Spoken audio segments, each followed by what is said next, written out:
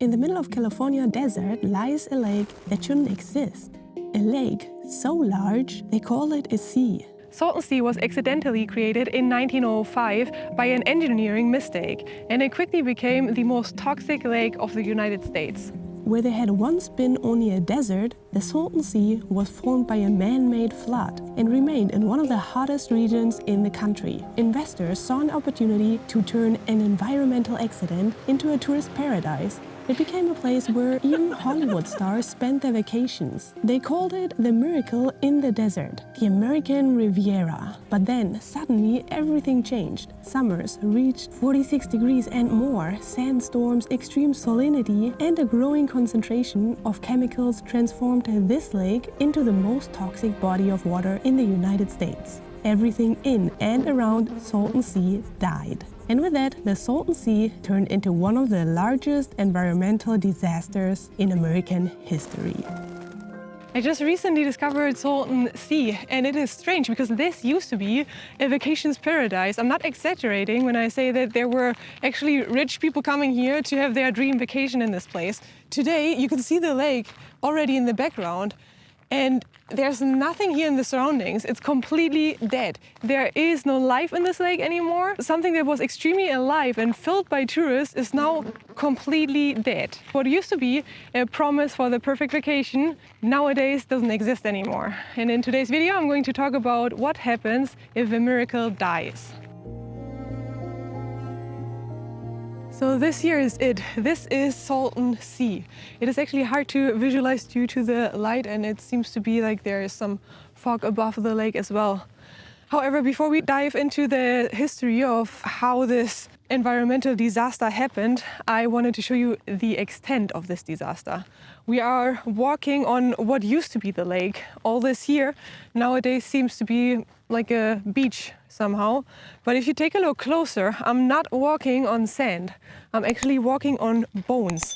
All the white stuff you can see on the ground, those are bones of fish, because all life in this lake at some point died out, and all the fish, once the lake started to evaporate, the fish stayed here on the ground in front of the remaining lake and died. This is basically a fish cemetery here. Before this place was a lake, it was a mistake. In 1905, engineers started a project and built canals from the Colorado River that were meant to fertilize the area in the desert.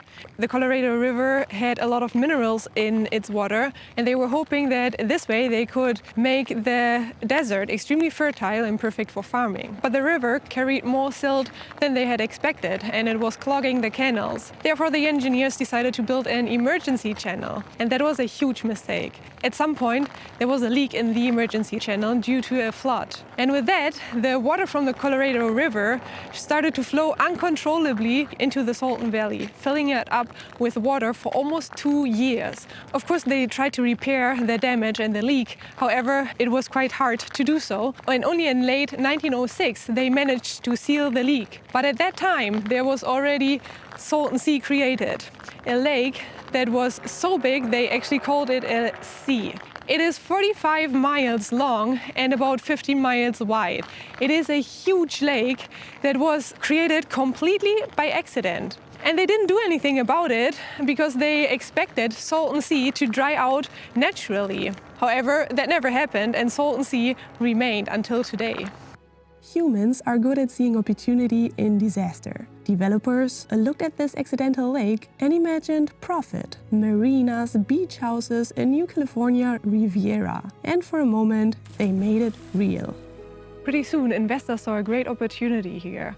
They started to build yacht clubs, marinas, hotels here, and they branded it as the California Riviera. By the 1950s, this place was marketed as the perfect vacation place where you can relax, spend some time on the water, enjoy water activities, and enjoy the great weather and the sun here. Celebrities were coming, and a lot of people enjoyed this area each year. At its height, there were about 1 million visitors per year, and with that, Salton Sea competed with popular destinations such as Yosemite National Park. For a while, it seemed like the American dream came true here in this place, but pretty quickly, things changed completely.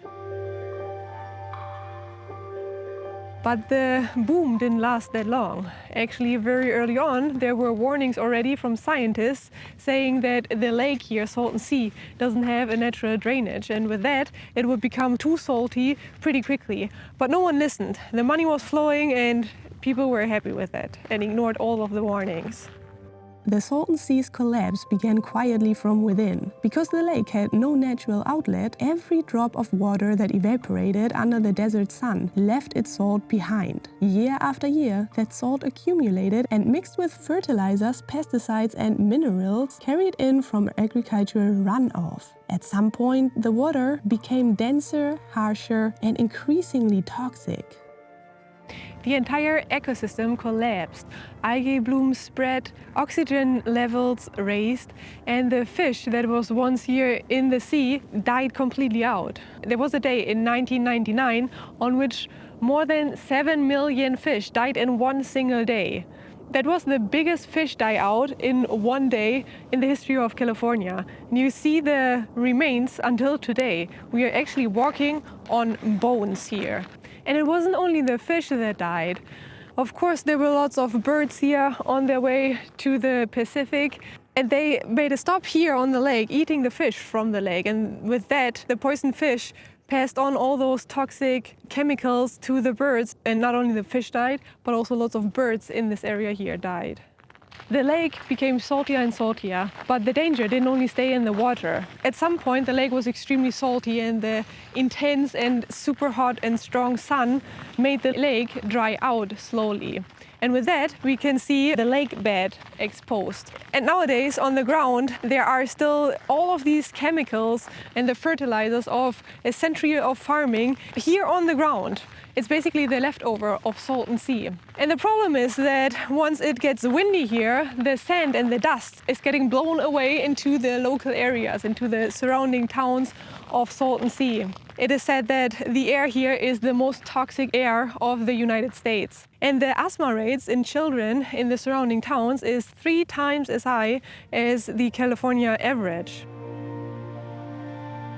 In the background, we can see a yacht club. And you can also notice that there is no water here in this area. This is how much the lake has evaporated by now, and we are actually still far away from the water. This yacht club was part of the tourist attraction here. It was made for the tourists that came here to fully enjoy the lake and all of the activities you can do on a lake. Today, it actually seems like it is still being maintained. It's not a ruin or anything, but I didn't see anybody there. And also, of course, you can't do water activities anymore, so I'm not sure what it is doing today.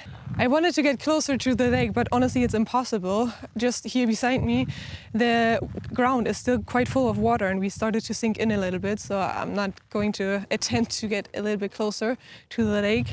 And you can also see that there's a lot of pink sand, and that is the salt, basically, that is left over from the lake.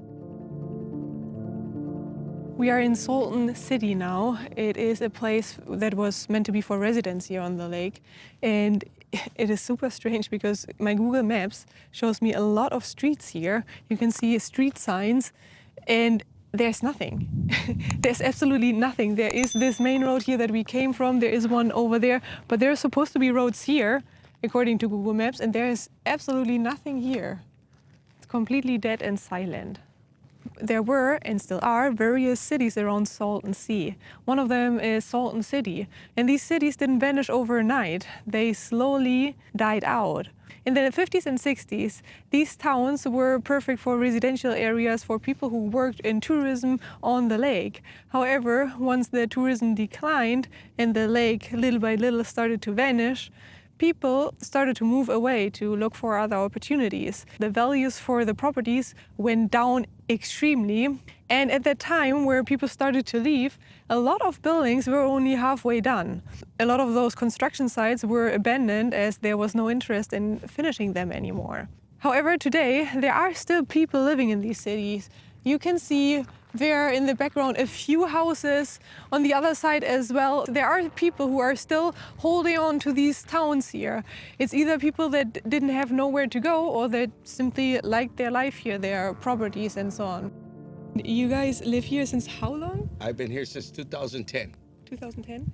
And so I'd be about, 2012. Why did you choose to live here? Because from what I've heard, there is still a lot of contamination in the lake, and when the wind blows up the sand, that it's a bit risky for your That's health. what they say. Where are you going to go when the smog's not going to kill you? The blowing dust isn't going to kill you. I don't go on swimming anyway, so I don't care. People say, well, why do you live by the water? Well, it's beautiful. Look at it. Doesn't mean I have to go swimming in it. I've been in there. I've been swimming in there. I used to swim in there, yes. We're not leaving. We're not leaving. No, I'm not. I'm not leaving. We parked our car in front of this area here. It is almost right in front of the lake. I believe that the lake used to be exactly here and that this was kind of like a promenade in front of the lake. You can see that there's like a cut off of this ground here and then it goes steeply down. As far as I know, all of this used to be the lake, Salton Sea, until it evaporated. We're getting closer to Bombay Beach, and Bombay Beach was one of the areas with a lot of resorts, luxury resorts, that was extremely promoted, and you can actually still see a poster here of what Bombay Beach was famous for. You can see these ladies enjoying a day in the water of Salton Sea, which is nowadays absolutely impossible. Of the resorts, there's nothing left here in Bombay Beach. However, there is a settlement here. There are surprisingly a lot of people living here. And some of those buildings here seem to be abandoned, but there are still a lot of cars, new cars as well. So there is definitely a lot of life here. I wasn't expecting that, to be honest. And then there is this area here of Bombay Beach where you can see various artworks. So the beach attracted a lot of artists at some point. And they created art of metal work, of wood, lots of old car pieces that you can see here. It's actually quite beautiful and unique. And there are quite a few tourists here as well. So this artwork here attracts a lot of people, a lot of tourists even. Bombay Beach is also one of the only places, or maybe even the only place, where you can actually get right in front of the water. But to be honest, we are extremely close and it smells so bad. It smells like a dead sea, like dead fish. Salton Sea is dead, and I thought it was completely forgotten. However, it's not. There are still people living here, obviously, and they even found something that will probably make Salton Sea a very rich place again. Deep beneath the Salton Sea's scorching surface lies one of the most powerful stories of possibility in the American West. Geothermal brines underneath the lakebed hold staggering quantities of lithium, the white gold of electric vehicles and clean energy infrastructure. What about the lithium they found here? Are they already extracting it, or are they just extracting it? It's all permits and trying to take over everything. And they're converting. Actually, they are working on it because they're stand-ups. My wife she's an office manager at Fountain Youth Spa. Now it's Lithium Valley, right? They changed the Lithium name. Valley, right? And they've got Valley. one of the geothermal. You know what the geothermal plants are at the south end? Mm-hmm. Okay, well they got one of those, and they're revamping it to do the lithium and do the mining at one of those plants. Mm-hmm. And they're just in the process of making that plant so that they can get the lithium and produce. They say at least 5 to 10 years before they start seeing the lithium. Oh, okay, that's quite But a long all time. our properties went up. Right. Right now, Is it because of that? Because of the lithium, your properties went up? This is the second largest lithium deposit in the world. They just found it 2 years ago. Yeah. Developers are already thinking of making Salton Sea a lithium valley. But critics warn, this whole area here is already contaminated. There are ecological problems. The sea is evaporating. The whole ecosystem here is extremely sensitive and already quite damaged. So critics warn that extracting the lithium here would risk that this whole process of the lake evaporating and the whole contamination would only worsen. However, lithium could make this area rich again, since there's a lot of lithium here that could be used to build millions of batteries for EVs. And this area here could get rich again. There were people telling us that at some point you could get property here for just a few $1,000s. And now they found the lithium, so my property, when I bought, well, I own two places. The one I'm in now, I've been there like 9 years. I have a double wide, a single wide, and an empty lot. So I have 4 lots. Okay, I got it turnkey for $54,000. Right now, my property is worth $250,000. I got mine for $12,500, my 15-year one, and right now it's over 150. And it'll yet take 5 to 10 more years to be able to extract the lithium. So this area here could actually make a lot of money again within the next 5 to 10 years. Just the people that live here and have property here.